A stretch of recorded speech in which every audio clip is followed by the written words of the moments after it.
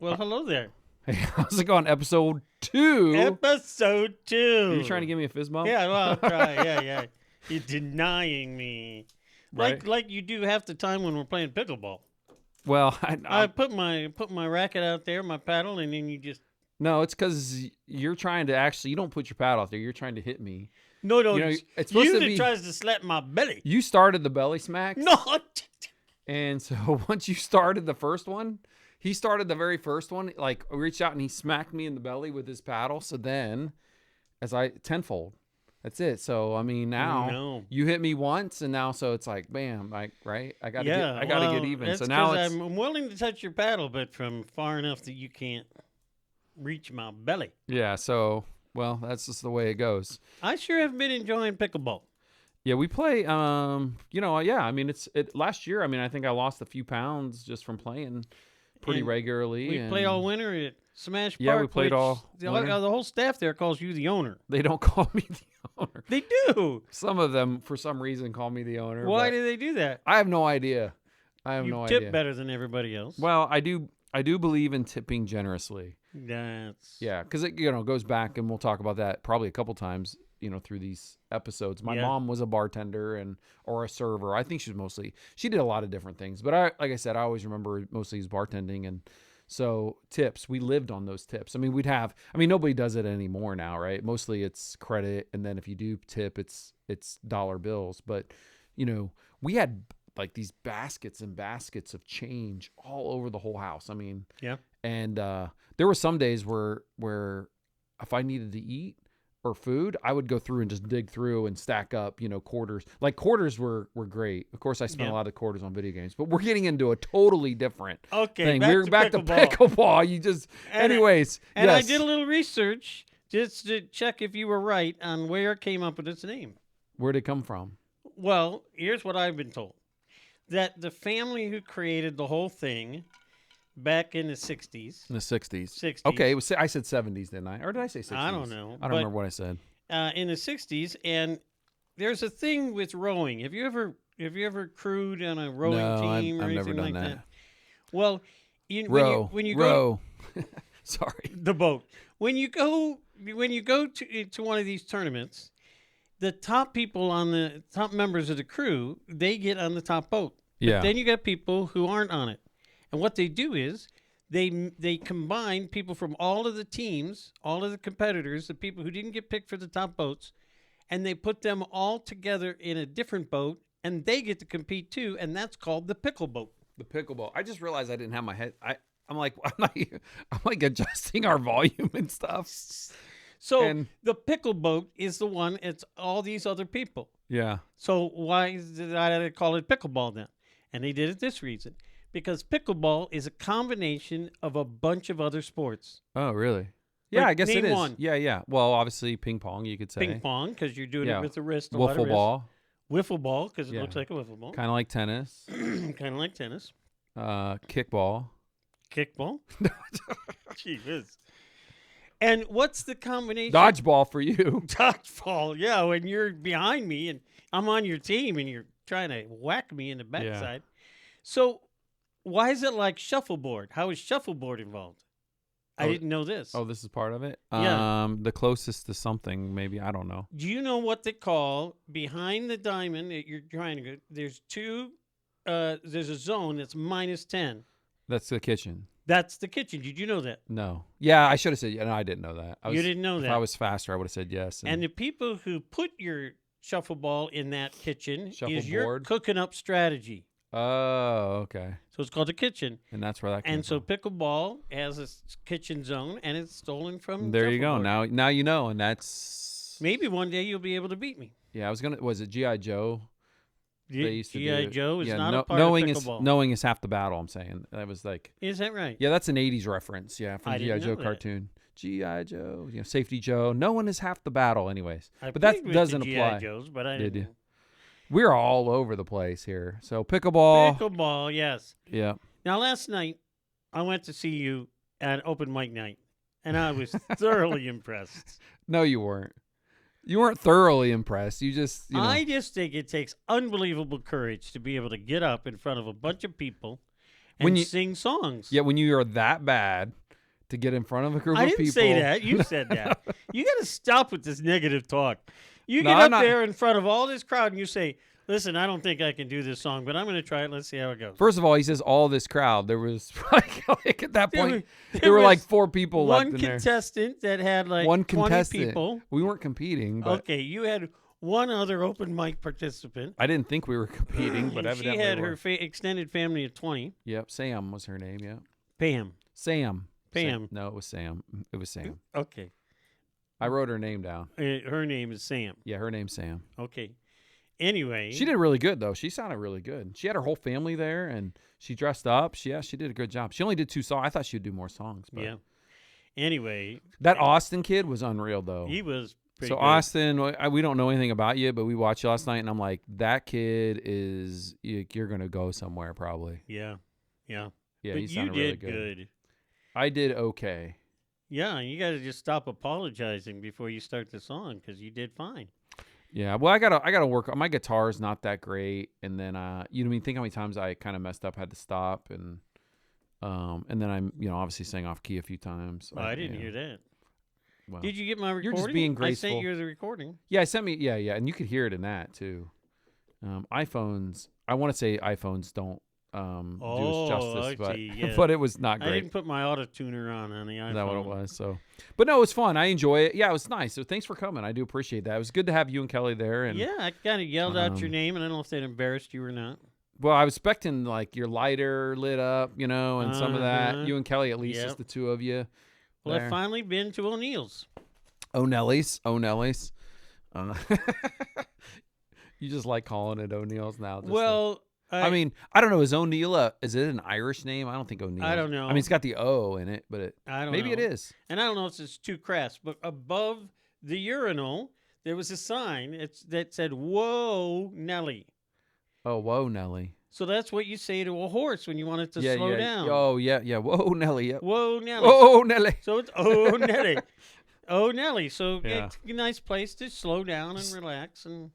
Yeah, you know, right there at the urinal. Right when you slow down, don't calm down. Listen, I'm already old. The slow's already slow. Yeah, the flow's slow. So. Anyway, we can move on to this episode 2. Well, first let's go back to episode 1. Yeah, episode 1. You gave a big idea of the podcast by wanting to talk about 1 year of your unpredictable life. Yep, started in 1992. Yeah, because I said that was like, to me, it's like this turning point of my life, right? So and I think that's a lot for a lot of people, like all the new grads that are, you know, people graduating from high school right now. This is a point where, at least for me it was, because some people might be after college, but it was high school graduation year. Yeah, where you're like just now. I mean, even though I had lived on my own a couple years before that, but that was the point where my entire life just shifted in a whole nother direction. You know, in terms of I don't know, like putting my career and life on a pathway. Yeah. Other than just kind of. Yeah. And remind us again, that's where the name came for the podcast. Yep. So, and just so you know, we failed again. By the way, I'm Jeremy Lewis. I'm Terry Lewis. And, no relation. Yeah, that's always a critique. Like we wait till we just expect everybody to know who we are, I guess. Yes. Because probably everybody that's watching this will only know. We already know who we are. Because it'll be our wives. I know, but these are the people that are several generations down the road that are. They heard about it and they're coming back in. That's probably what it is. Yeah. But so and then the premise of the podcast is during in 1992 for my senior superlative, I was named most unpredictable. And at the time I was like, all right, I don't know what that means. I was like, why didn't I get, you know, most handsome or something like that, or most athletic? But I got most unpredictable. So that's where this title comes from. Yeah. A most unpredictable life. So and you talked about that year, the most unpredictable, that you would be offered a scholarship. It's no dig there. You weren't expecting a scholarship, I guess what I was saying. Well, I was. I mean, do you ever expect any of that? I mean, no. I mean, it's so weird when you think about it. Like there's just these moments like that one where it's almost like you win something big. Yeah. Now, I didn't fully understand it to be like, oh my goodness, like, right? You see somebody who like they kick the field goal on TV and they win a scholarship and they're all jumping up and down. I didn't have a moment like that, but because I still didn't fully comprehend anything, right? Like I said that, and if you go back and watch episode 1, you hear me talk about college, how I didn't really understand what it was and how that works. And I think one of the biggest heroes of episode 1 was your guidance counselor. Yeah, Mr. White, amazing. He just walked you through that whole thing, and you got a full ride, and you went, and episode 1 we talked about. You didn't know a clue. You drove yourself. Yeah, you didn't know anything. Yeah, and in the parking lot, you met Matt Kelly. We would become one of my best friends for life, right? We talk a lot. That's kind of wild. All right, we covered a lot more in episode 1. You getting kicked out of your house and living in your friend Rich's house, sleeping on his floor, and then Rich gets kicked out of his house, and you get to sleep in Rich's bed. Yeah, just for a week or so. Rich left for about a week, I think it was. I don't know the exact number of days. Yes. It might have only been a weekend, but it felt good. But you remembered it. Yeah. You think I would be like, wait, this is kind of, I mean, it probably was a little, I wasn't really awkward. I don't know. I don't have always that weird awkward gene. Maybe that's part of my problem. Oh. Like here I am staying at my best friend's house. That's why you say the things you say to me. He gets kicked out, and I'm just like, well, I get to bed now. All right, what else about episode 1 do you want to make sure we need to recap? Yeah, well, there was a couple things, and look, we're official. We got paper here, and we can keep track of where we're going and what we're doing. But so I have a couple corrections. One of them is I realized that I said 1995 for. I don't remember what it was, but I should have been 1985 is what it was. The accident. Yeah, the accident. That's what it was. Your mother's accident. Yeah, my mom's accident. That was 1985, and I said 1995, and so I made that mistake. So I want to make sure that if you watch it or people come back, they're like, "Hey, what's going on?" Oh, your brothers call you on that? They haven't seen it. No, they haven't. Yeah, they haven't. I'm not. I don't know when I'm gonna. We're gonna wait a little bit, and once we get all these out there. Yeah. So yeah, and then I think we also changed up. I actually I didn't say that definitively we're gonna do 82 to 83, but I said we'll do something in the past. But I said maybe, but we're not gonna do that. We're gonna do 73 to 78. So, and which we'll get into here. Yeah. Here shortly. There was something else I needed to make sure I talked about that I made an error. I'm sure there's plenty of errors in there, but I can't remember. Oh, I remember a good one was I did call when I was talking about the graduation or I was talking about me going to college and having those containers, the Rubbermaid containers. Oh, and I said that your girlfriend's parents gave. Yeah, that my girlfriend's parents, Julie was her name. I said Lorrie. You said Lorrie. Yeah, Lorrie's parents. So, which is your wife? Which is my current wife. So I messed that up a little bit. So, anyways, I needed to correct that probably. So when I said that, if you go back and watch, you'll hear I say Lorrie's parents, but I didn't know Lorrie then. If Lorrie would have known you, she would have given you Rubbermaid containers. Yeah, but she would have been in 8th grade because she's 5 years younger than me. So all right, that's acceptable later when you meet your wife later on in life. But at that time, any other recaps from episode 1? Let's see. I don't know. I think does it. Yeah, I think that's it. All right. And again, I know it's probably longer. Like we're 90-minute episodes is what we're targeting. So, or longer, 90 to, but, so hopefully you give it a listen to the whole thing. If not, you can break it up and, figure out where you want to go. We have like little segments like this at the beginning where we're just kind of chit chatting.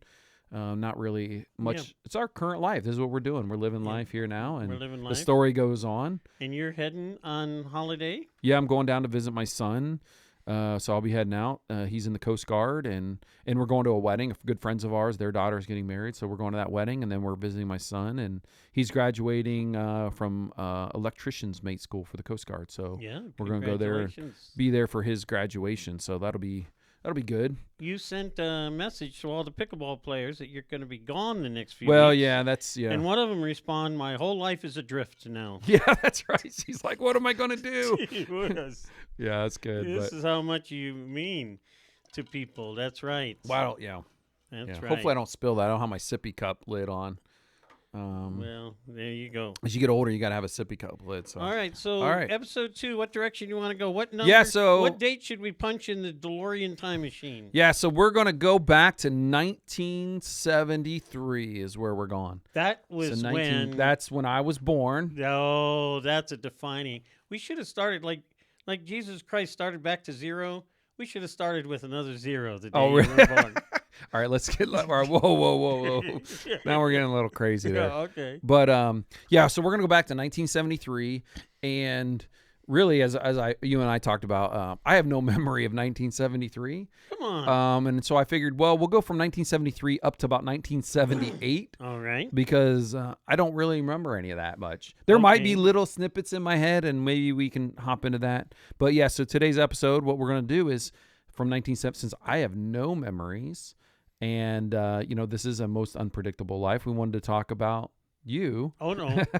Because I think you have a pretty remarkable life, going from where you are to what Terry here, he just retired as a pastor after planting the church and then leading it for 25 years. So you'll get a little snippet into his life, but we're not starting when you were young. We're starting how old were you in 1973? I was 13. 13. You were born in December. I was born in December, yeah. So I was born in September, so I was 12 for most of the year. Most of 73. September, then by the time. Okay. Yeah. Yeah, so 1970. So we're going to go back to 1973 is what the plan is for today, and this is we're like I said, we're reversing the roles here a little bit, but I think it's good, and I think we'll get back to you very quickly. I don't have a very unpredictable life. You never know. I'm sure there's a lot going on there, but so 1973. So I don't know a lot of what was going on. Obviously, I have some things here, but it looks like there were quite a few things going on in 1973. So we had the Vietnam ceasefire. Do you remember what do you remember? Let's just go back. Let's just ask you that question. What do you remember the most at 12 to 13 years old about 1973? Well, first of all, I'll tell you where I lived. I lived in Sandusky, Ohio, up on Lake Erie. Yeah, that's a cool place. Yes. And mom and dad, and I was the third of three boys, and I had a younger sister. So it was Tom, Tim, Terry, and Lorrie. Tom, Tim, Terry, and Lorrie. Yes. Do you think my parents ever got our names right when they were mad at us? No. Why didn't they call her? Why didn't they call her like Tina or? Yeah. My sister Lorrie or Terry. My sister Lorrie tells me that they almost called her Tina Louise. Tina Louise. Okay. And do you know that name from any TV show? No, I don't. Tina Louise. Mm-hmm. Is that like, no, I don't. Ginger on on Gilligan's Island. Her name was Tina Louise. Tina Louise. Yeah, it was going to be Tom, Tim, Terry, and Tina. And Tina Louise. But they called her Lorrie instead. Does Lorrie have, she has like strawberry blonde hair or something. What color is Lorrie's hair? Well, depends on time of year. I guess what was Lorrie, originally sorry about that, baby sister. When she was growing up. Beautiful hair. That's what I remember. When she was growing up. I mean, Lorrie, I've met her. She's a very pretty lady. There you go. Yes, your wife's name's Lorrie Lewis. Yeah, and Lorrie, my sister was Lorrie Lewis until she married Lorrie Schwab. Does she just do the double L's? Like that's what Lorrie does. She got L. Aurie. Oh, and then she's got the, but she's Schwab now. You said. Yeah, Lorrie Schwab. She's Schwab.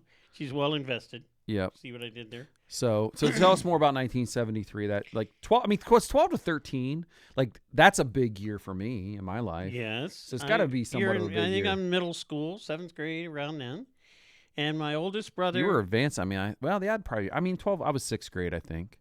Oh. Maybe 6th into 7th. I don't know. I probably got it wrong. Yeah. I mean, which you went to 6th grade 3 times? I did go to 3 different 6th grades. Oh, you did? Really? Yeah. Well, that's all right, we'll get into that. That's 1985. Yeah, that's 1985. To 86. So my oldest brother went the music route instead of the sports route, and I just always admired him, and so I went the band route and learned how to play an instrument, and I did that through middle school and high school. But yeah, I mean, we rode bikes and skateboards and in our neighborhood, it was a subdivision, but our street was the first street built. Got that in your head? So every other street in the subdivision was being built. It was always a construction zone. Always mounds of hills. And so we all had mini bikes. Oh, nice. That was like not a motorcycle, not a roadster, but you know what I'm talking about. Oh, I know exactly what you're talking about. I always envied the kids that had roadsters. That either had like mini bikes. I didn't have any of those kind of things. Yeah. So like that was always like envious. And we were always flying over they dig the basement and make a hill of the dirt, and we were just flying over those. So I bet, which I wanted to get again. Yeah. I just need to get ahead of these episodes and buy the nostalgic. But the thing I wanted to buy for the 70s was the Evel Knievel little wind up. You know what I'm talking about? You like wound it up and you would do the jumps. Yeah. That was a huge toy back in the 30s when you were, or 70s, I mean. Excuse me. 30s. The 70s, right? The 70s. Do you remember Evel Knievel? Well, I do remember Evel Knievel. Did you ever try to act like him when you guys were doing your jumps? Well, or not yeah, really? we probably said war cape and said I'm Evel Knievel. You said war? Is that what he said? What? War cape? He had a cape. Oh, okay. Oh, you wore a cape. I thought he said war cape, like War Eagle or something. No, not right. Like War Eagle. This is so bad. I'm sorry. No. We did that. But the other thing about the construction zones is there was a bunch of boys my age lived on the same street, Hind End. It was really called Hind Lane, but we called it Hind End. That was the name of our street. And all of us boys helped our dads finish our basements that summer. Okay. Yeah. And you want to know why? Why? Because of all of the lumber that was in the scrap piles from the construction sites. Oh, so you guys were just stealing and stuff my from dad the construction told me site. that the construction site people would bind the scrap wood together, which is not true. I'm trying to adjust your volume. You look because I'm just getting pretty excited. Huh? No, I think it's just Anyway, so. Yes, we got a bunch of lumber from the construction sites. We all Hey, that's ingenuity, yes, right? And so that's the kind of stuff I was doing when I was in 1973. Yeah. Yeah, it really. So this episode is 73 to 78. Yeah. So we're going to talk about that entire period. Okay. So let's see. In 73 you were that, and then 78. How old were you? 78. I was 18. I graduated. Wow, so we're hitting all of that period of time. So where does Julie Enoch fit in all this story? Gee whiz. One of my buddies that was my age on the street, across the street. And I don't know if Julie ever see this, but you know. Jeff Enoch. Jeff Enoch. And Jeff Enoch had he was your older. You going to let me talk? So Jeff Enoch I'm just curious. Had an older sister that was like 2 or 3 years older than all of us, and she was very pretty. And all of the boys, except for her brother, of course, we all had crushes on Julie Enoch. We were never going to be able to date her or anything. We were just, there's Julie Enoch. I need to get a picture of this lady. Well, we didn't have yearbooks like back then. It was probably all black and white. No, you had mine. It's all black and white. So, yes, that's the story with her. So that was the girl, like, just because she was older, you guys had a neighborhood crush. Because Jeff was in your age, you said? Yeah, Jeff was my age. So it was like that older sister. Her little brother. Yeah. There's plenty of movies that have that, like, where the crew of boys are young in their young teen years, and then the older, one of them has the older sister that they're all. Yes. Yeah. Yes. So that was your guys. That's who she was. Well, yeah, but none of us had a chance, so. Nobody? Not one chance. No. Do you remember who she dated in high school at all? Not a clue. None of that. You're just trying to redirect now. Yes, I am trying I've heard. to redirect. I mean, you've talked so much about her. No, I have not. Gee whiz. I mean. Yes. Anyway, moving on. So let's go. So what else about that culture do you want to know? So let's see, 1978 in that period of time, 73 to 78. What was some big music? What did you listen to? Well, the music of the day, I listened to Elton John, Rocket Man, what's the Yellow Brick Road? Goodbye Yellow Brick Road. I listened to Billy Joel, Piano Man came out in that time. We did listen, probably the hardest rock I listened to is Queen. Is that hard rock? Is that Queen, rock? I mean, it's rock. Queen. But I mean, No, what songs? What song was with Queen? We are the champions. Oh yeah, we are the champions. My friend. Now was the B side of that? Was that Stroke? Wait, who sang "Stroke Me"? Who sang that song? No, I'm confused. I don't know. For some reason in my head, I remember we had when I was in like, it was probably like 82, 83. We had a little, because you had the big 33s and you had the 45s. That's right. And I thought that one side was "We Are the Champions," and then the other side was "Stroke Me," I think. But it was might have been, but we had the 33. I don't know. Yes. I don't remember. Somebody's again. You're gonna get used to this. Like we're gonna say stuff that makes like because we're not experts in anything, and they'll be like, people are gonna cringe. I remember Beatles 45s. Maybe that was somebody else. I don't Beatles remember. 45s in the 60s, but the Beatles were split up by the 70s, but. There was a big song back then, I remember, that Paul McCartney had his band Wings. And my love does it good. Oh, there you go. yes. That's why I'm not on open mic. When are you night. doing open mic night? No, you're doing good. That was you know. Okay. Yeah, those are the music we listen to. You and Kelly could do some duets. Jim Croce, bad Leroy Brown, baddest man. Yep. Yep. Okay. Was that what would you say? Was that your what was your favorite song? Did you have one in that period? Or no? Probably Billy Joel's Piano Man. Oh, you did. You like that one? You know, Lorrie. You know, we should ask Lorrie.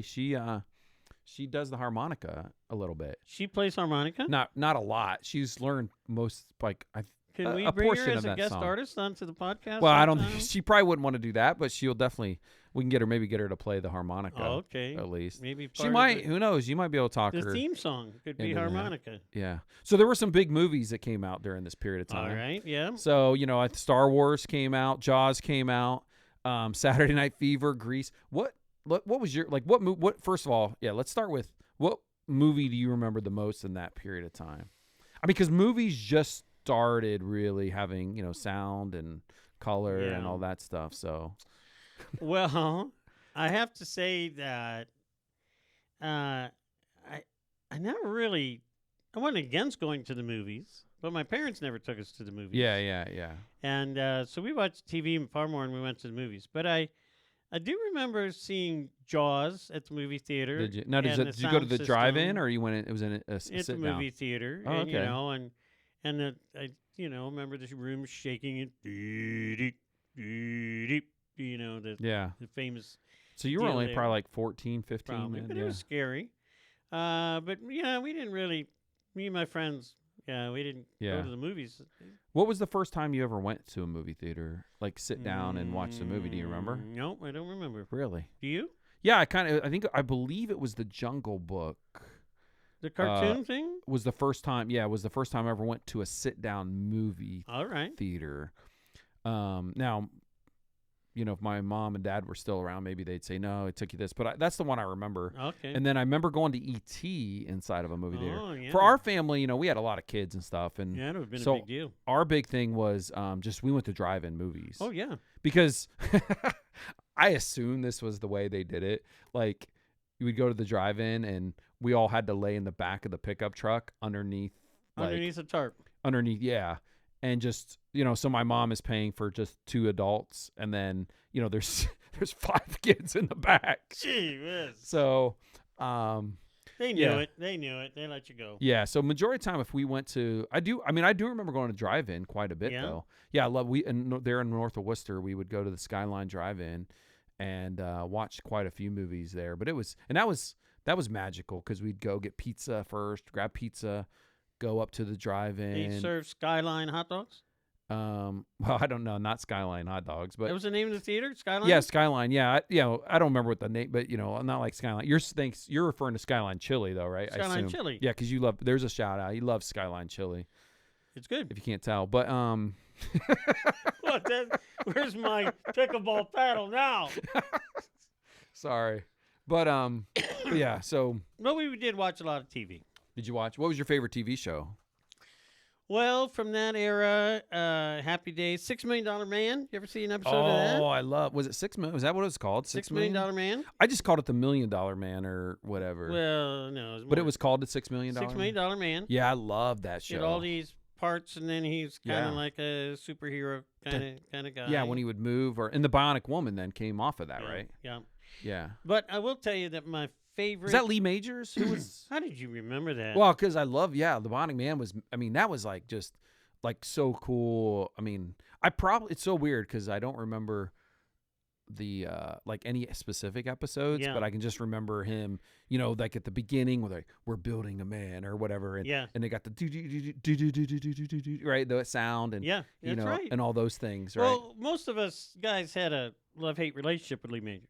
Oh, really? Why? He was the $6 Million Man, but he took Farrah Fawcett off the market. Oh, that's right. He dated Farrah Fawcett. Well, who was the guy that was the Fall Guy? Who was Fall Guy? Fall Guy? The movie, the TV show, The Fall Guy. Did you ever watch that show? I don't know. That must have been later. She was in that. He was in that. I don't know who he was. I don't know who the actor. Yeah, and obviously that didn't last very long because he was with the guy from Love Story. She was with him. Oh. I don't know. Yeah, I don't know. At the end. That's why you're doing this. Is why 1973, yes, that's why I'm doing. 1978. But let me tell you this one memory that my favorite TV moments every week. I have this memory. It makes me smile every time I think about it.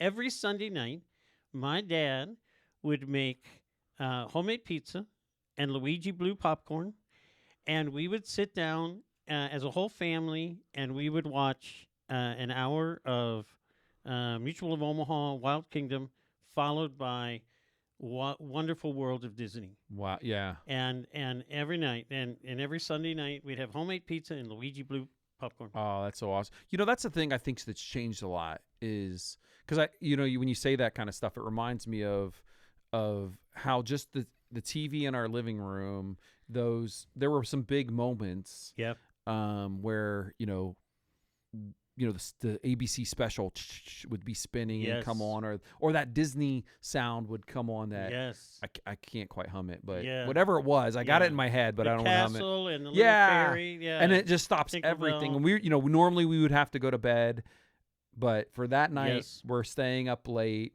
and so you guys did that every Sunday though. Yeah, and I kind of remember the Mutual of Omaha too, right? That was like a.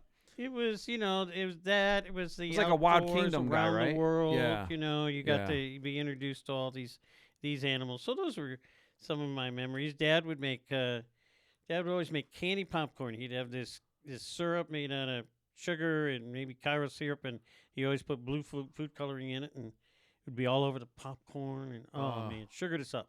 Yeah, that'd be good. And then what was your pizza? He made the homemade. He made homemade crust. He made homemade pizza. To this day, I still like my pizza better than I like anything that we go out and eat. But yeah, I love that. So we're still in an era, here of where you might have played with toys and stuff. I think boys never stop playing with toys. No. But like so we talked about some TV movies. Yeah. Like what toys did you have? Did you have any cool toys? Which is why we got to get some nostalgia on these. Like we should have like Stretch Armstrong or something like that. Well, the only one I really remember, Jeremy, was Hot Wheels, and there would be the super spinner things. I forget what those were called. And so me and my friends, we would all get Hot Wheel sets, including the tracks. And you have the loop-de-loops and the super things, and we would set it up, and you could take like the entire hallway and several rooms in one of our houses, and because you could just go on forever, and then you just raced it around and around, and then we all had our favorite Hot Wheel cars, but I don't really remember them at all. But yeah, Hot Wheels cars is what I remember. Not Matchbox, or was the same to you? No, because I felt like Matchbox, at least from what I understood. Obviously, going into my generation, Hot Wheels was big, but I thought back in your generation, maybe Matchbox was already gone. You know what this is like, because you've got older brothers like me. My older brother, Tim, was into Matchbook cars. Oh, he had Matchbox, okay. Matchbox, I mean. Yeah. And I could never touch him. You weren't allowed to. I could never play with him. You got a beating? Did you ever get a beating? Yeah, I think I probably did. I definitely got the cold shoulder. Yeah. But he was into that, and so I had to get my own thing. So I did Hot Wheels. Yeah. You know what that's like. Yeah. You got to have each of us in our family, we'd have our own group of toys, and, and so, we were, one brother was into this, the other one was into that, and there were separate types of, very rarely did they mix in a way. We play with them all, but only with the permission. Yeah. Otherwise, you were getting. We had there's 6 boys in my family, and then but there was definitely some fisticuffs or the beatings always went down. You know what I mean? They very rarely went up. You know what I mean? So you kind of knew better. But that's normal, right? Think of every show that was on TV at that time. If you had an older brother and a younger brother, the older brother was twisted like uncle. Yeah. Did you ever have to be? Yeah. But you see, my middle brother would try to beat me up, but then my oldest brother would always take my side. Oh, he's a protector of you. So okay, he was a protector, yeah. Now, before, we didn't have Legos, but we did have something. I'm curious if you'd ever done one of these. Did you ever get a model car kit that you had to glue together and then paint it? So, yeah, yes, I definitely did. Yeah. But the... there were some that you'd get that you didn't paint, you just snap them together. And I just remember my mom getting me one of those kits thinking you snapped it together, but you had to have the glue. And so we had to buy the glue separate. So I ended up with the kit, but I never put it together because you had to have the glue and I didn't have all the pieces. So anyways. I tell you, I'm sure we got high on that glue. I mean, we'd be over it to do the glue, and then the paint came in little glass bottles. And I remember that. But I also remember that my brother Tim made them, loved them, had them up on a shelf. And if I was really ticked at my brother Tim, there'd be an accident. And one of the cars would fall off his shelf. So wait, this is more than once then? You wrecked his... Well, he ticked me off more than once. This is your oldest brother? There's Tom, the one. So you kind of deserved... Tim. So you deserved maybe these beatings that that Tom protected you from. Tim, I doubt if you'll ever watch these. You're 3 years older than me. You're now admitting to you haven't approved of much of my life, but... here I'm admitting it. I'm coming clean. Some of those cars didn't fall off the shelf by accident. It was like the in the Christmas Story movie where she, the lamp in the window. Yes, and yes. An accident. I don't know how it happened. Yeah. Yes. She's like, I don't know what happened, and it falls apart. And he's like, no. Yep. But those high school years, those brothers left and moved on, and one went to college, one got married 6 days after high school graduation, and then it was just me and my sister, and those were, Now, how old is your sister compared to you? How many? I know she's 5 years younger. Oh, she's 5 years younger. Okay. My oldest is 5 years older, and then my brother Tim. So I was a freshman. You and Tim were the closest then in age. Yes, and Tim was a senior when I was a freshman, and then he left, and it was just me. I went through high school, without my other siblings, but it was a pretty mediocre high school, Jeremy, and I want to get the attention back on you. But no, I'll tell you this one story. I'm sorry, I always want to do the time check, so I don't want to sound like I'm. Are we way over our time on this? No, we're doing fine. I mean, I don't know if the crowd, they're like, all right, we're done with this. Okay, I'll tell you this one. No, I think that's good. This is probably that you had turning points. This was my turning point. So I'm sophomore year in high school. And I am the class clown. I mean, I'm making fun of myself. I'm making fun of everybody. And I just didn't know where life was going. And the assistant high school band director, name is Marty Lidecker. I don't know if I've ever told you this story, but Marty Lidecker, at the end of that school year, he sat me down in his office, in the band office, and he said, Terry, you're a class clown. Everybody likes having you around. But I think you're covering it because you're mediocre at everything. And he said to me, if you put your attention on even one thing, I think it would help you a lot for the rest of your second half of your high school career life. And he said, and I think you could do it with music. Now, he was a band director. I think you could do it with music. And I'll never forget that conversation. Nobody ever they gave me a like that. And that, 2 months later, then we're at band camp on Kelly's Island, which I could tell you a lot of stories about that. Band camp. Band camp on Kelly's Island. And the band director, after the first day of practice, he stopped the whole band and he said, Terry Lewis, what happened to you? And I said, what do you mean? And he said, you were faking playing your horn the first 2 years of high school, and you can actually play this thing. You're good at it. And that's because that summer I decided to practice. You started to buckle down and... Yeah, you never lived a mediocre life. Who, me? Yeah. What do you mean you were never a poser? I was a poser. I feel like my whole life I've been a poser. I feel like I was a poser. I always feel like I'm not. I hit it with a laugh. Yeah. But I will say this. I think... I don't want to take away... I don't know if you were going to say something important. But it's so funny. You just I literally just had this conversation with a gentleman who was a good friend of mine in high school this week. It was like, well, within the last 2 weeks, we would say. I don't remember when he called me. Somewhere in the last 2 weeks he called me. But because today's Tuesday, so it's not like it was this week, but it was sometime last week. And, we had almost this exact same conversation. Really? I mean, what you just said was almost identical to what he said. Yeah, he goes, I was in high school, and Chris is his name, and Chris... he was a jokester with me. I mean, he was a year behind me, but he was so funny. I mean, he wrote these comic books. I still have them downstairs. Oh, okay. I have his comic books signed editions. Oh, wow. That he wrote. You mean professional life later on? No. Things that he did in high school. Yeah, no. He works for Microsoft now. Super successful. Yeah, okay. Kid. Like he has a most unpredictable life. Okay.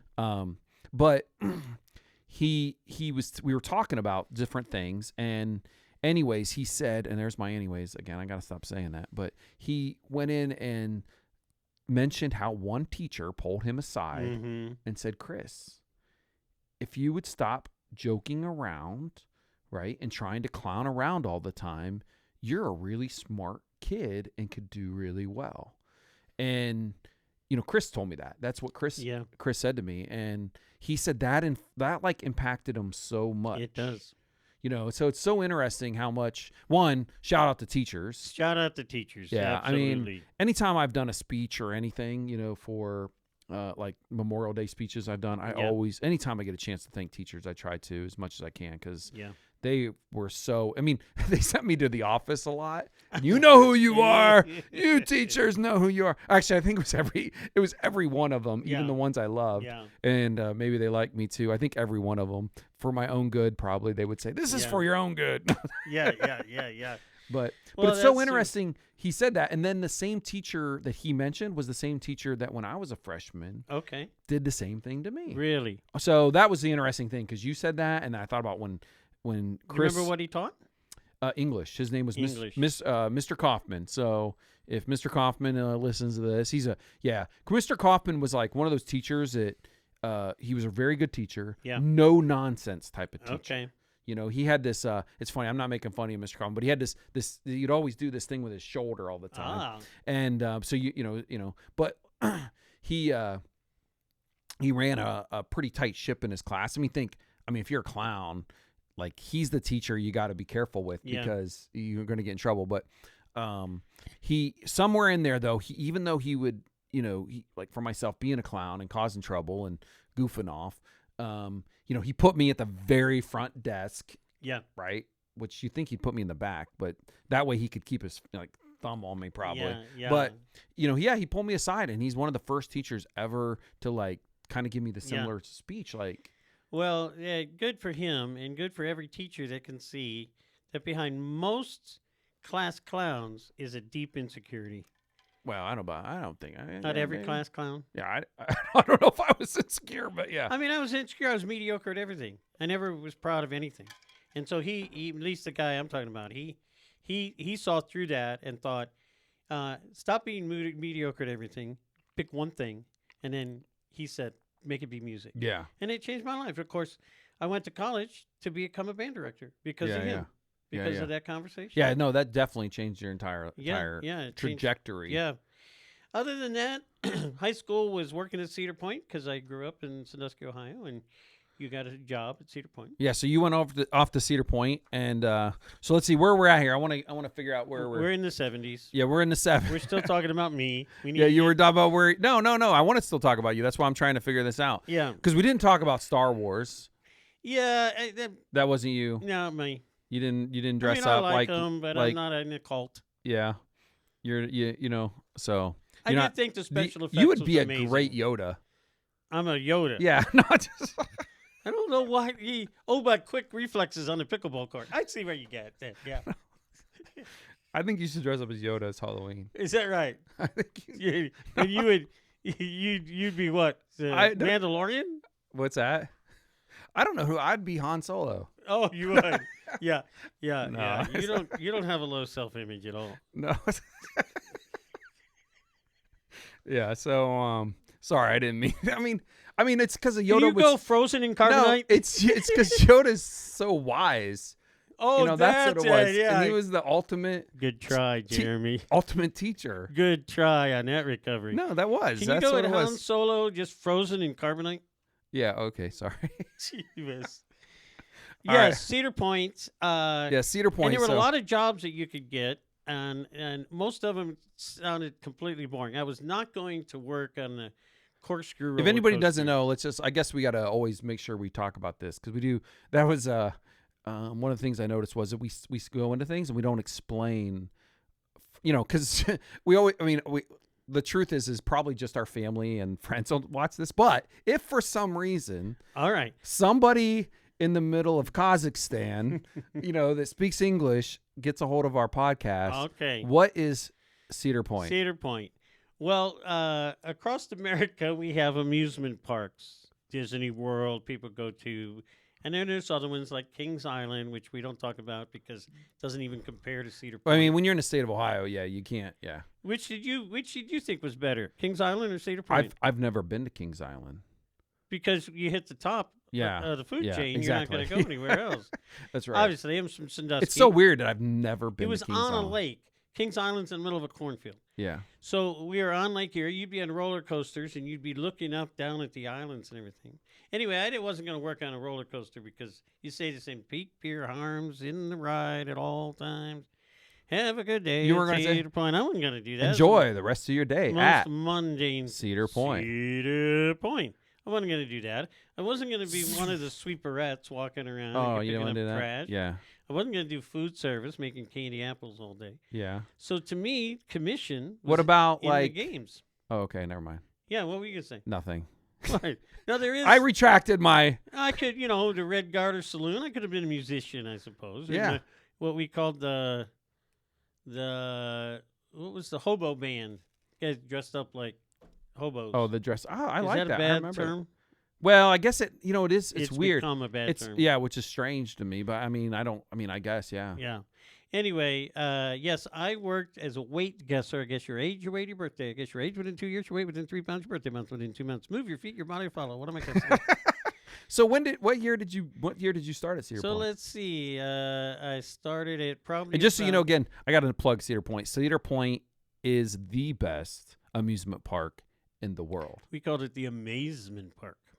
Yeah, that's true. It is the amazement park, but Yes. it is Yes. of all parks. It's the roller coaster capital of the world. Most roller coasters, Yes. a lot of them break records. Other people try to like this park will have one roller coaster Yes. that but these have like record breaking. So if you don't know what Cedar Point is and you're not a fan of family, like somehow we reach beyond our circle. Roller coaster park and a bunch of other fun rides and entertainment. I mean, yeah, Cedar Point is an amazing on a beautiful place. lake, on one of the great lakes. But so what's so interesting is I used to think these when I would go to Cedar Point as a young shot. I mean, that's like just ingrained in you, like the Cleveland Browns when you live in Northeast Ohio, North Central Ohio. Was to see these weight guesser people. I mean, sometimes I just stand there. I can still picture myself standing there just watching. I wasn't going to pay the ridiculous amount of money to have it done. Yes. Because it was just robbery, but... Come on. It was 50 cents to play. You were looking at me. I'm trying to figure out what year this is. But I was looking at your father's wallet. Yeah. Yeah, so, but anyway, so let's go back to this. So you were the weight, age, and... Birthday month. I guess your birthday within 2 months. I guess your let me just guess your birthday here. Your color. I get 2 months. I'm going to say December. All right. Well, I can't disclose any of this. This is I don't have all my personal. I'm putting a lot of personal information out there. I don't want to have it all out there. I was born in September. You were born in December. We already said this 20 minutes ago. It's very true. It's all going to be on there. That's right. And so you would give me 50 cents. And you would leave having been defeated by me once again, the great and magical. Guess. Wait, how close on my weight did you have to be? Within 3 pounds. Within 3. Yeah, and how many pounds does that give me, Jeremy? 6. 7. Oh, 7. Yeah. Okay. Yeah. Wow. Yeah. Let me see here. Is this a muscle or a mosquito bite? So you literally squeeze? No, what I would do would be is if a woman came up, I know that 3 people had put her up to it. So if I thought she weighed 110, I would say, you weigh 100 pounds. And she'd give me a kiss on the cheek, and then she'd stand up on the Toledo scale, the big Toledo scale. And then without she knowing it, I would stand up behind her with the microphone, and it would go to 250, 275. And she would yell, and I would say, how many candy apples did you eat today, lady? And she would scream, and guess what? 20 people would stop walking. So you'd have, you had. They were the tip. Yeah. And so she would give me 50 cents, and she would win a prize, which was a 10-cent pair of foam dice or an inflatable 8-ball. And I made 40 cents off you, or I made 50 cents off you. It really didn't matter. And if I can get people to stop. So there you go. Now, were you getting paid by the hour? I was getting paid. Get this. They gave me $100 a week, and then they gave me a 3% commission if I would stay the entire summer. Okay. Memorial Day to Labor Day. 3% commission on all your sales. On 50 cents a guest. Oh, wow. Okay. So, at the end of the summer, guess your weight stand. How much money do you think that stand brought in? I have no clue, but 50 cents a guess. In 1975. Yeah.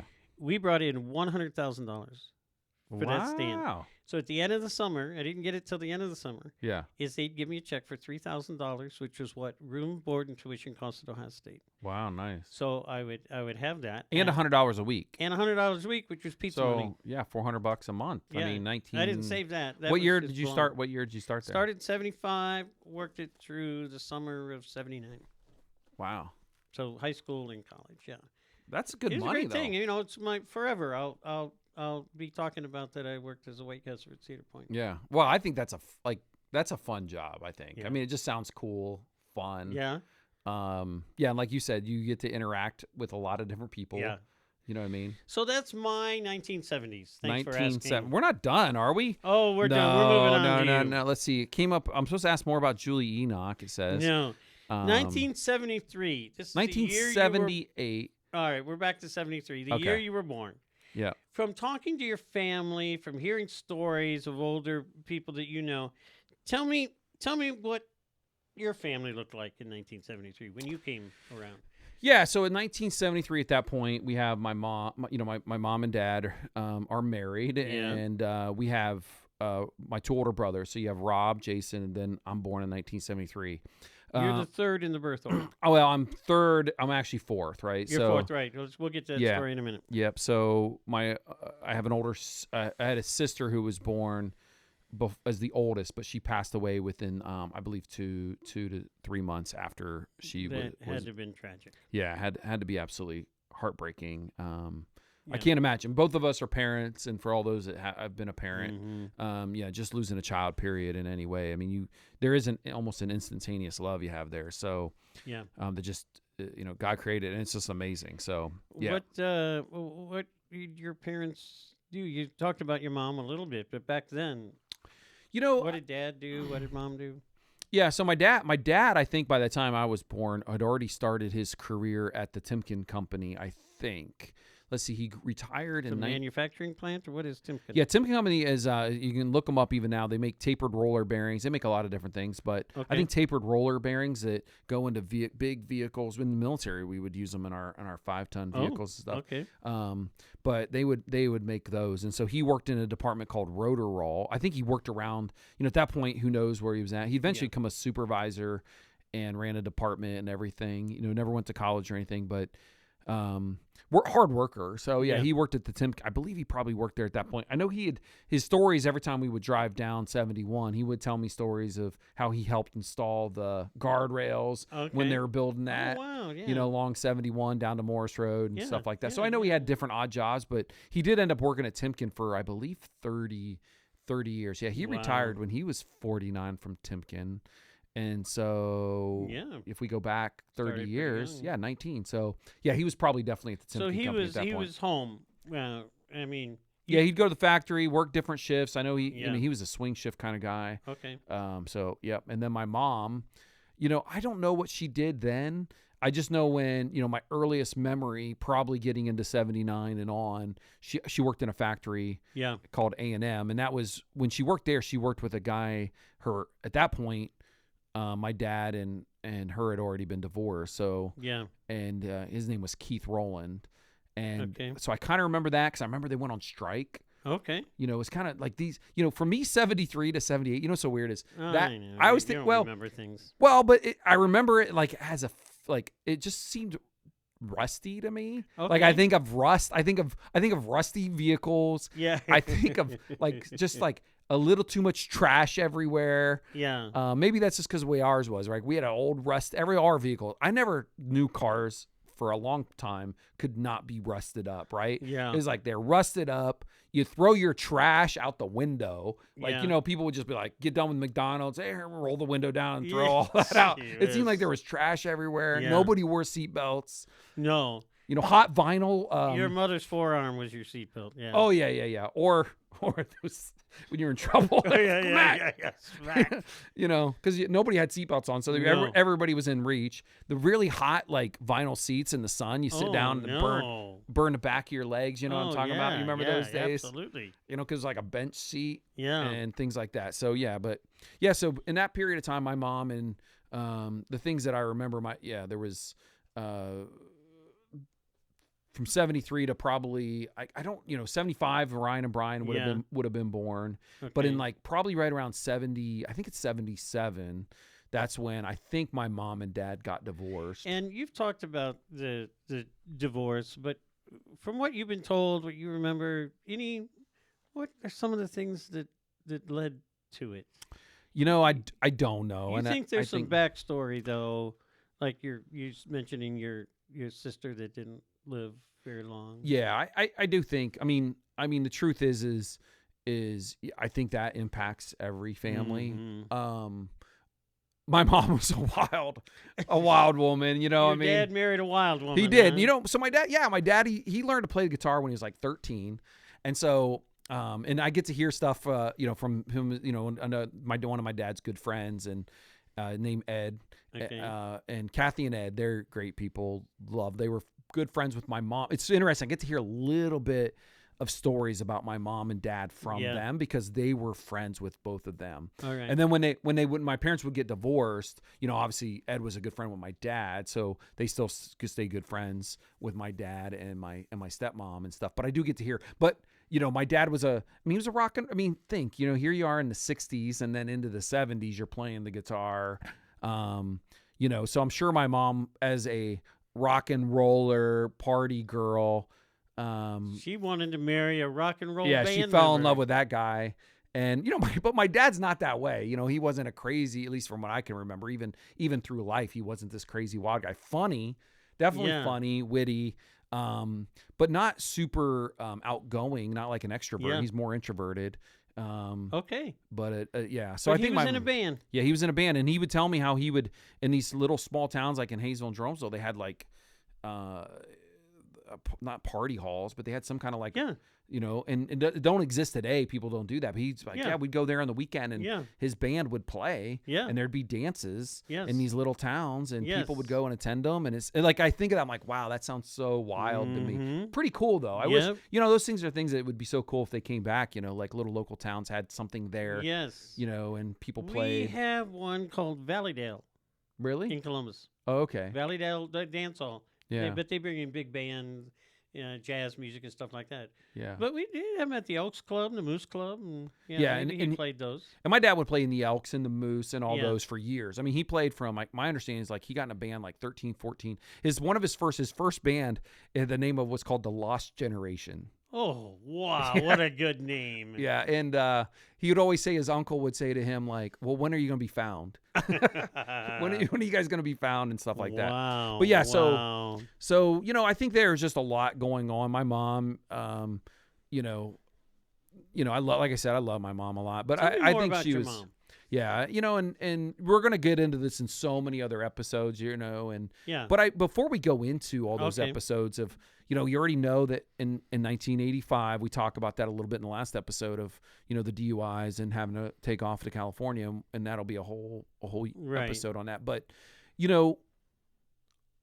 I always personally would I like to give people, it's kind of popular now, the origin story. Yes. You know what I mean? Right. The movies, they do the origin story. Well, what have you collected about your mom's backstory? Yeah, and it's not that I don't always want to say that I should, I'm not trying to justify behaviors, right? That's fine. But I think it's okay sometimes to maybe, rationalize it, like meaning that let me understand it. Right. And again, because of that, because I'm someone who tries to do that, I always try to extend a lot of grace for that. So you're curious. Yeah. And so what I learned, with my mom, here's a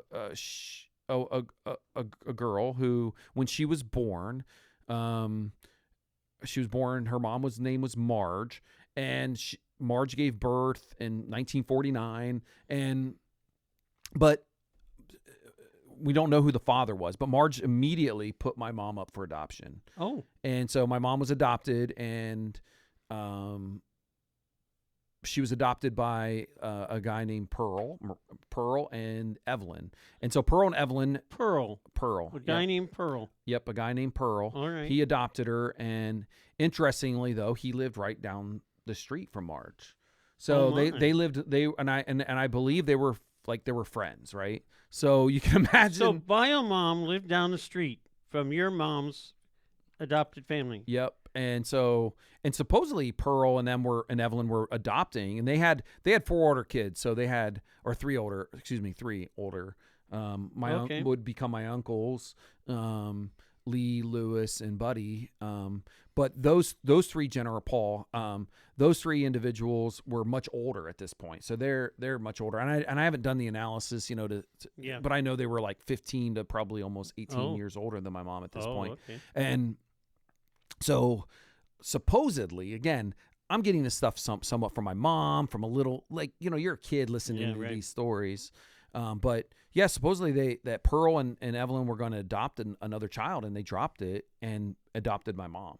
And so, there's a lot of speculation. Okay, why would Pearl, who lives right down the street, drop that adoption? And who knows really? We don't know for sure, but there were. My mom went and lived with Pearl and Evelyn, and they adopted her, and that would become her mom and dad. And so then, how big was bio family? How big was what? Her biological family. Were there other siblings there?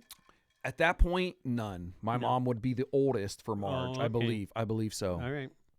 Now later, Marge would go on to have, that I'm aware of, and I think there might be another one, but that I'm aware of is Keith,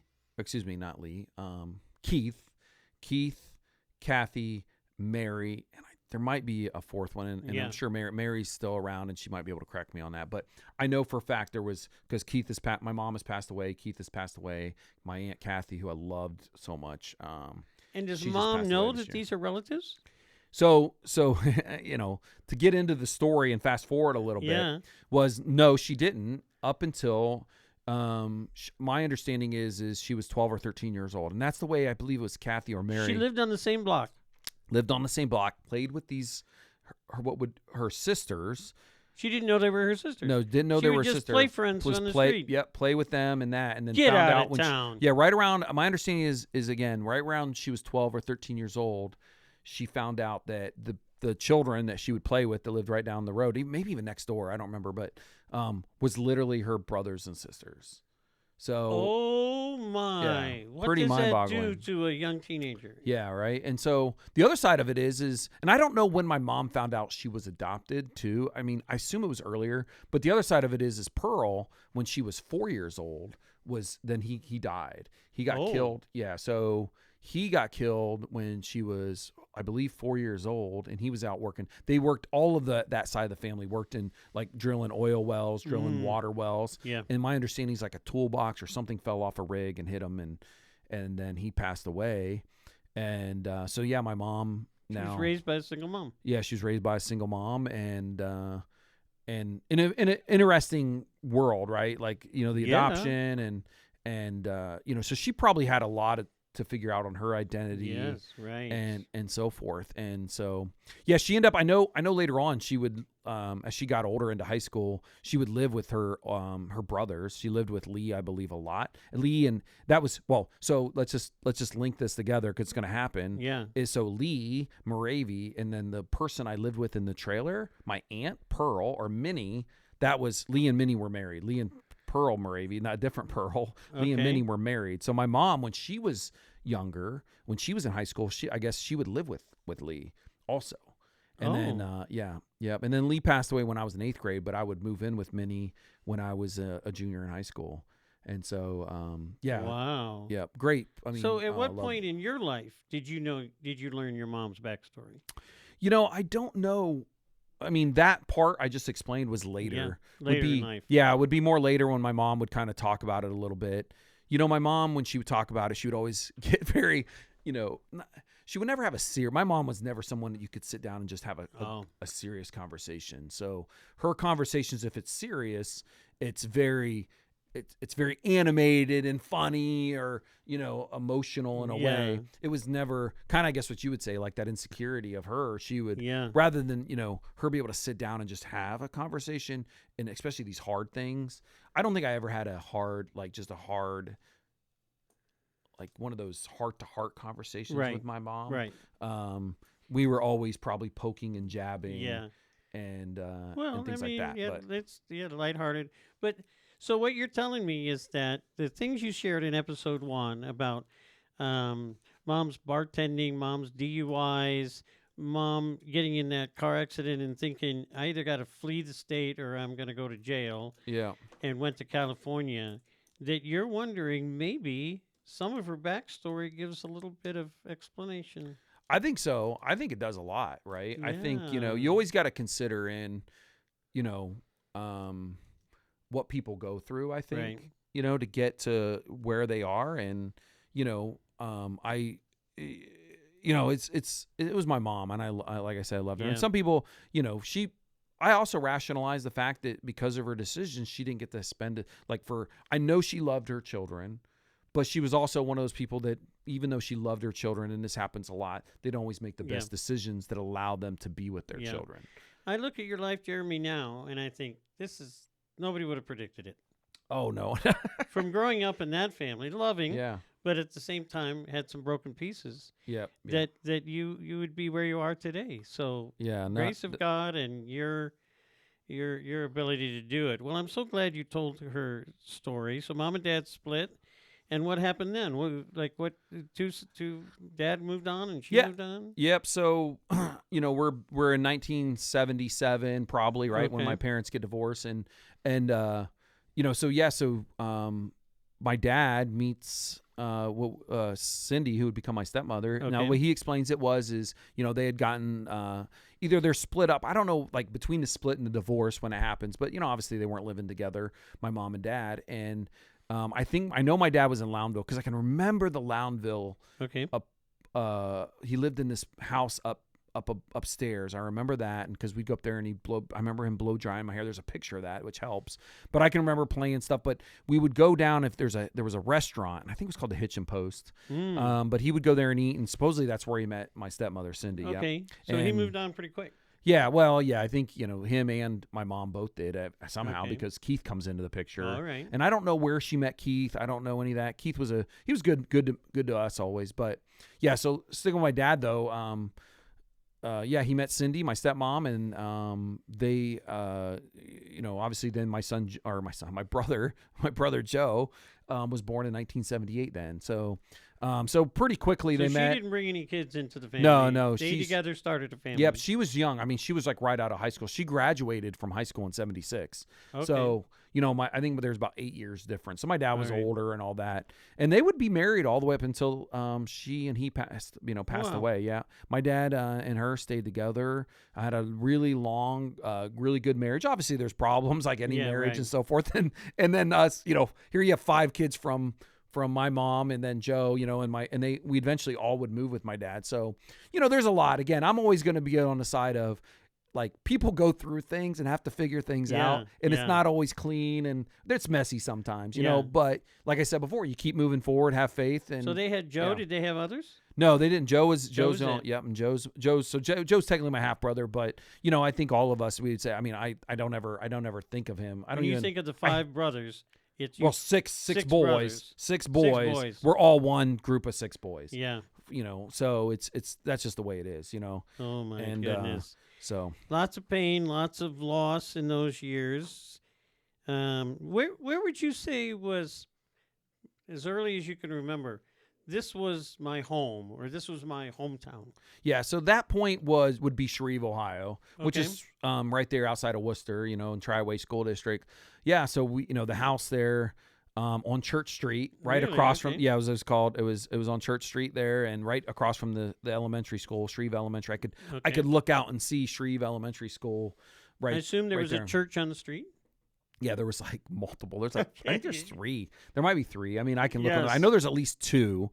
because the Methodist church was like right there. I mean, I would walk out. My mom would basically send us to that Methodist church on Sundays. Yes, She didn't. I don't remember her going, but she would send us there to get us out of the house probably, and kind of free babysitting. And we'd do the pasting the different sheep and lambs and on the Noah's Ark kind of thing. And so give me a picture. This is a small town, but you were right in the center of it. Well, we're on the I don't know what side of town we're on that, but we're I guess bicycle ride down to the. Oh yeah. 5 and dime. Yeah, definitely bicycle. Yep, right. And yep. To right Lawson's or wherever. Well, we had a quick check. It was called a quick check then. That was the gas station store. Well, you had a mobile gas station, and then right across the street was quick check, and then you had the railroad track. So we had the railroad tracks. You had a little on the good side, the bad side, probably. No. I don't know, but yeah. Which side were you on? I assume we were. This explains a lot. How you we were right by the elementary school. So so they were all good people. I don't know. We lived in. It was all right. People. Yeah. Anything you've mentioned, and we add anything else to the story here, but a lot of pain, a lot of loss. But what are some of the things you celebrate? You look back on that, or you've heard stories about that. And say, I am so proud of this, or this brings me smile. Well, in that period of time. Again, we're up to 1978, right? I mean, some of the things that I remember, there are things that I guess before I go into the good, I'm gonna go on a few things that because things that do stand out the most. Like I do remember, I could like I said, I don't ever remember my parents very often in the same room together, but I do remember once, and it wasn't great. There was obviously a big arc because I remember my dad and my stepmom Cindy sitting there on the couch, my mom and Keith sitting on the couch. And they were arguing about something in Shreve there. And I remember Keith came and he basically took me for a motorcycle ride. So I don't know if there was a heavy conversation and they were like, hey, what are we going to do? But and it was in the evening because I remember it was dark.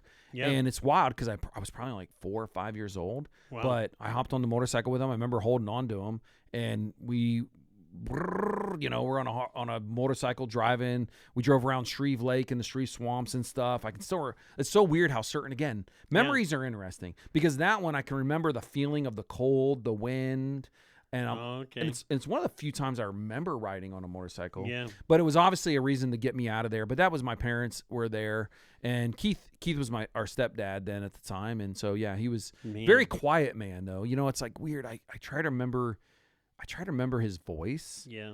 And for some reason, I can't remember his voice very well because, and if he ever sees this, but it's just because he was so quiet. He was a person that didn't, he wasn't, he's just a quiet man. So, but during that period, let's see, earliest memories, I do remember somewhere in there, a couple of them would be when Keith and my mom, they went off to get married. Okay. And I don't know if they got married in Ohio and then went to Florida or they got married in Florida. Eloped in Florida. I don't know. I just always remember your mom's in Florida or getting married or got married or she's in Florida. And it was like I don't think they got married and then they went to Florida for like a little miniature honeymoon. But I would stay with the Ackermans who are neighbors there. Okay. And I remember them taking care of me and just like, I just can remember that as like, wow. That for some reason, again, that's important in my mind of them taking care of me and being so. Kelly was she was probably in high school. She was the high school girl there and her parents, and they were so kind. They just loved me to death. Yeah. Because I think all of us got split up. I was going to say, not all 6 boys. No, at that point, for that week, I don't know where, to have somebody watched all of us, but it was different people.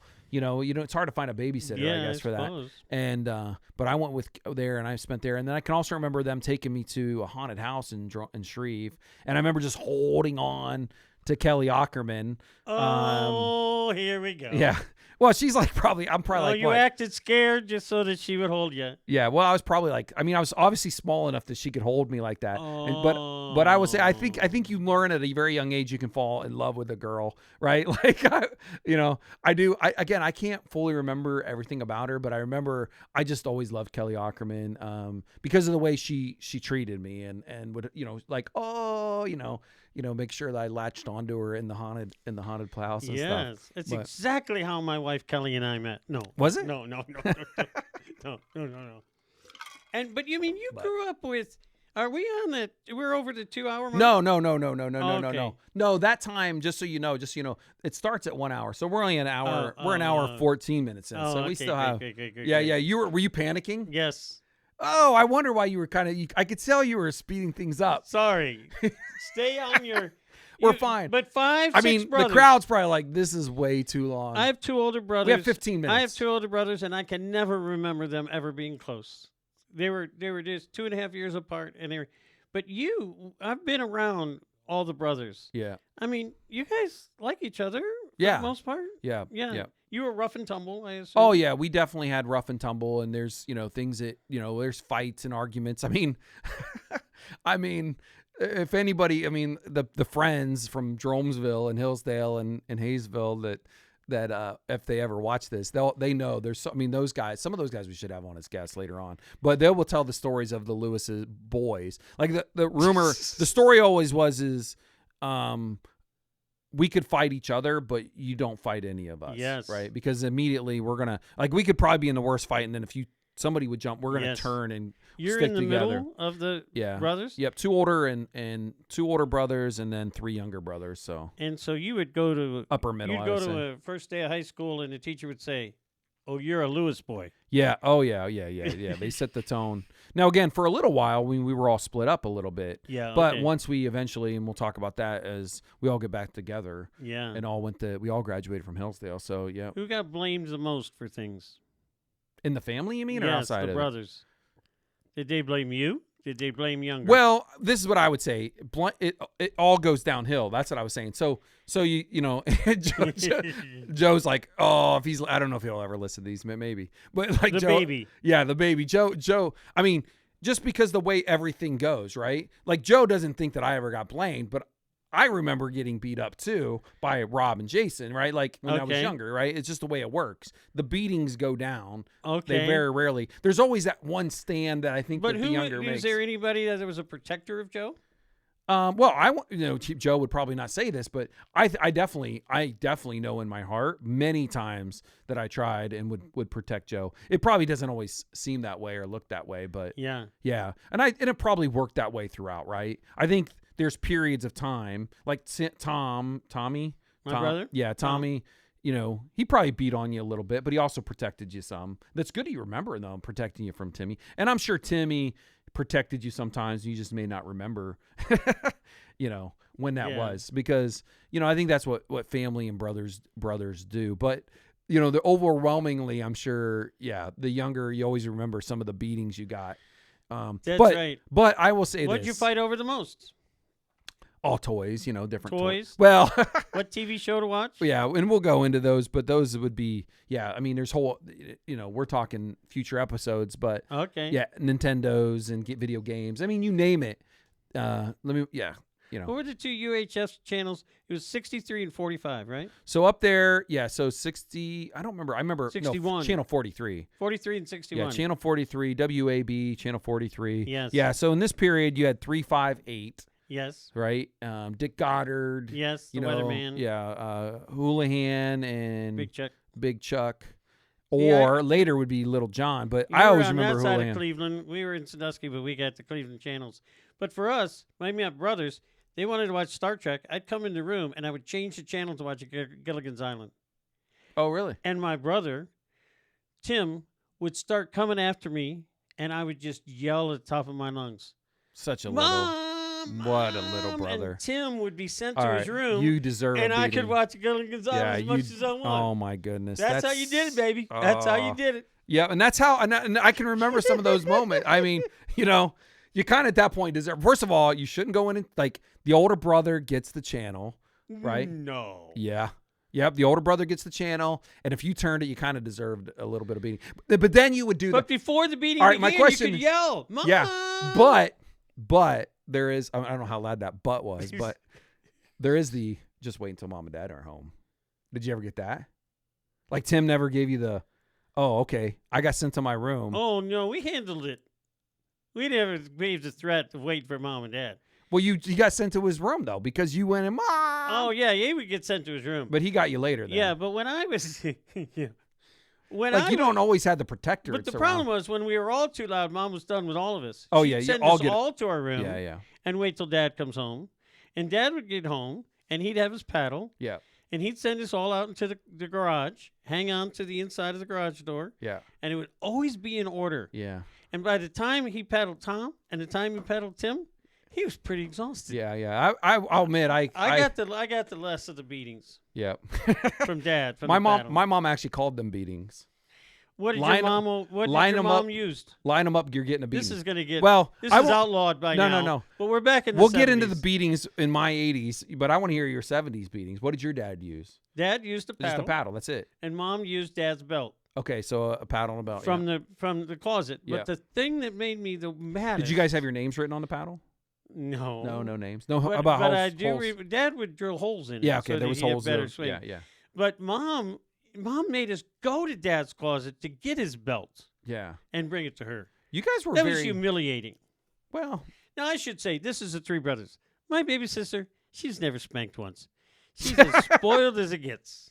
So Lorrie never got spanked. And if Sister Lorrie, you disagree with that, then talk to your husband, Brad. He'll tell you the truth. She never ever got spanked. Not once. I don't think so. You don't think? She was the princess. You probably just don't remember. She was the princess. She loved me the best. So. Did she? Yeah. No, that's not true. No, that's not true. Who'd she love the best? You don't know. You shouldn't go into all that. Well, for maybe all the way through middle school and high school, I was the only one left. Yeah. So you were around. So you guys were around, got along. We are now. Yeah. The best. Let's see where we're at here, because all right. You said you wanted to go back to the 70s and culture to end it up with, but no. Let's see. I don't know where we were at. Let's see. Last episode, we did all that, and we're moving right along. It's crazy how we create a timeline. Yep. How, I guess. So I guess I was gonna go back and kind of end it. Where we were from 1973 to 70. Anything else in there that you remember that was big, Jeremy? Yeah. Big. What? And I don't know if you have any memories of this. Okay, go ahead. But in 1977, in January of 1977, on television, there was an 8-part series. Oh. Consecutive every night. I thought you were going to talk about the Cleveland Dime Beer Night. Sorry. At the Cleveland Indians game. Sorry. No. I don't know if that was 77. There was a TV series that it went 8 nights. Consecutive nights for 8 nights in January of 1977, and it was called Roots. Oh, okay. And you have any recollection? Yeah, no, I've heard of Roots. It followed 7 generations of an African American family. Yeah. Beginning from their capture of a young African man in Gambia. Yeah. To their descendants being slaves of the Civil War, and finally their freedom. Alex Haley is the guy that put this together. In the last episode is actually him being interviewed because it was his generations. Mm-hmm. And here's why that impacted so many of us. We talked about it in almost every class in school, and it was the first time, Jeremy, I think, you're talking about backstory to your mom. Yeah. It was the first time that I think I realized just how much African Americans had to endure through their generations and what their backstory was. And I just thought, from that point on, I wanted to get to know people that were different than me, had a different skin color than mine, had a different backstory than mine, and just heard their story and appreciate them. And I don't know if that brings it down again as a downer, but that was very impactful. Roots. And I think one of the Star Trek, LeVar Burton was in it. Mm-hmm. But anyway... Yeah, the guy. You have any you don't remember it because you were 1 year old, but I do remember it. They replayed it obviously in the 80s, and I think was Oprah was Oprah in it at all? No, I must be thinking of another show, but she did star in a couple of stories. But you're talking about the Reading Rainbow guy, right? Yes, he was in it, right? Yes, yep. Yeah, LeVar Burton. He was probably That's one of how I remember him reading Rainbow. Youngest, yeah, I remember him as Star Trek Next Generation. Yeah, I never watched Star Trek. So. You never watched Star Trek? I've tried to get into it. Okay, that's it. Come on. I've tried. I mean, I watched like when I was younger, like, you know, in back in the 80s when it would come on, we'd watch some episodes, but and I do like the Star Trek movies, which we'll get in, you know, those are in the 80s too, most of them, I think. I love those. Next Generation, but I never got into Captain Picard, by far the best in all of No, I never really could I never got into those. Maybe I'll go revisit them for you. You know what I mean? So I can remember this. So you liked Star Trek, but you didn't watch Star Wars much? Not a lot. I'm not. Really? Okay. I still have my little Captain Picard action figure, but I don't have any Star Wars. You remember that? My children have Star Wars. Yeah. Now it says, like, I was supposed to share, where did you land on Kiss then? You know? The only Kiss song that I ever remember, I don't even know any other songs, was their big power ballad. So, like, everything big... Beth. Supposedly, according to what I looked up in the 80s or 70s, you didn't like Star Wars. No. You didn't care for Kiss. I liked kissing. So you didn't rock and roll all night and party every day. No. And I don't know when that song actually came out. Well, you know that I was an instrumental musician. Okay. So I didn't go to concerts except for we would go to the Maynard Ferguson Band, big band, Duke Ellington Band, the Bill Chase Band. Yeah, you listen to that music. We listened to that music with that band director, and we'd go with a bunch of people with our band director. Yeah. And we would go. I'd want so bad to meet Maynard Ferguson and the Super Bad Man. Now, the Super Bad Bone. He was the trombone player. Yeah. Because he had valves with his slide trombone. And nobody had ever seen that before. He'd invented it. And, I mean, these are the concerts I went and stayed afterwards to the stage door. So I didn't go to Kiss. I didn't go to Metallica. I didn't go to those. Yeah. You weren't into that kind of music make me and a better stuff. man. It makes me a strange guy. But that's why I wanted to be a band director. So let's see, and then Jaws, you didn't really. Yeah, you said you were terrified of, but you watched it. But you just you keep sending that up into the red there. That's why I keep looking because I'm like, how loud is he compared to everything else? All right, so then let's see, we'll wrap it up here. Let's see, I'm supposed to, yeah. So what are we going to do next? So it looks like our next episode. Where are we going? The DeLorean time machine. Do you even know what reference that is? Of course I know what reference. You don't know the movie. You name the movie. I Back to the Future. Okay, then. Yeah. No, that's definitely more my era. I watched those shows in the 80s and stuff.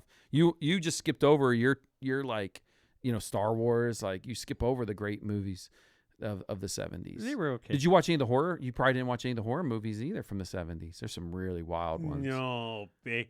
My mom, that's another thing about my mom. She read nothing but Stephen King, V.C. Andrews. Like she would just, and then she'd watch. I saw so many horror movies when I was a kid. I had a girlfriend for a minute. I watched Alien in 1980. Yeah. I was in kindergarten watching Alien. I dated this girl for a minute, and our first date was the Omen movies. It started with Bible scriptures. Yeah. And a kid named Damien. Yeah. And under the ice and floating. Yeah. I'm done with you. No. So you never watched The Exorcist or anything like that? No. Oh yeah. I watched that in like 1982 or probably. Oh, that stuff scared me. I was a little kid, and it came out in 73, by the way. Exorcist did. But anyway, so you didn't watch any of those, but no. I definitely watched, you know, like Back to the Future. Did you watch horror movies with your mom? Yeah. Oh yeah. When she would take us to, we went to, it was called Dusk Till Dawn. We would go in at dusk, in the car at the drive-in movie theater, and there'd be horror movies all night long till dawn. And if you stayed there that would keep me awake. And if you stayed there the whole night, when you left, they gave you free tickets to come back. So of course we stayed. And I didn't stay awake the whole time, but I watched quite a few. I'd wake up in the middle of the night. Did you fall asleep watching horror movies? Oh, yeah, exactly. And your brother's going, ah! Yeah, well, that didn't. It was more like if they're not around, it's more scary than. All right, where are we touching the time machine to next? Yeah, so we're going to fast forward. We're going to take the DeLorean, as you would say, I guess, to 1993 now. Okay. So we went from 92 all the way back to 73 to 78. Yeah. And now we're going to fast forward up to episode 3 is going to be 1993. Hopefully we haven't lost anybally yet, because the stories are they're not super People there. Are smart. They're following them. Yeah, it's fine. Good. So we're going to go to 1993. So the plan was originally I was just going to karate chop it all. Well, we talked about first going in order. Then we were going to karate chop it all up. And now we're just going to go from 92. We're going to go back. We went back to 73 to 78. Okay. Now we're going to go up to go up to 1993. 1993. And unless you change your mind in it. Yeah, unless we change. Well, it'll probably be like 93 to 90. It might be through 96. Okay. We might do all my college years. I look forward to it. We'll see how it goes. But no, thanks to everybody. Hopefully you come back and get to listen to, you want to listen, hopefully, to my college years and more of the stories and a little bit of the banter that we have going on. Yes. If we didn't probably put banter and everything else, we'd probably could have us done in a half an hour. But we planned it for it to be this long. Here's to an unpredictable life. Yeah. And that my bladder lasted for an hour. How'd you do? Did you do all right? Well, there's no puddles. He was complaining, just so you know, he was complaining before this. He's like, I don't think I can make it an hour and a half. Talking about boundaries, go right ahead. He said he said he couldn't, wasn't sure he could make it an hour, 90 minutes. Yes. So did you do all right, though?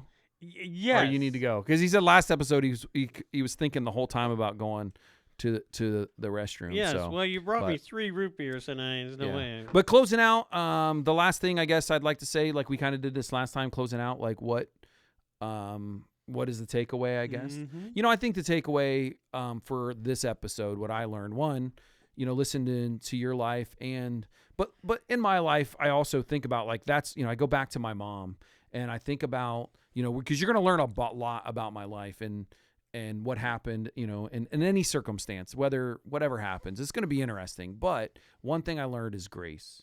You know what I mean? Yeah, is grace, right? I think that's so important. And if you have anything, which is in order to move forward and have faith, I think you got to, one, extend grace. Mm-hmm. You extend grace, and you just understand people are going through things, and they have things in their lives, right? And it shouldn't make excuses for some behaviors. Yes. But I think you're better off by extending grace, so that allows you to really move forward, forgive, and move on, and have a great, unpredictable life. Yeah. Mine is, from this episode, mine would be, don't judge before you're curious. You're curious to learn your mom's backstory. Yeah. Before judging her for decisions she made. Yeah. We all have a backstory. Let's be curious. Let's learn. Let's learn a little bit, and that way we can move on. So anyways, I hope you enjoyed it. We about almost exactly 90 minutes. Yeah, exactly at that point. So thanks for listening, and we'll see you next week. Bye.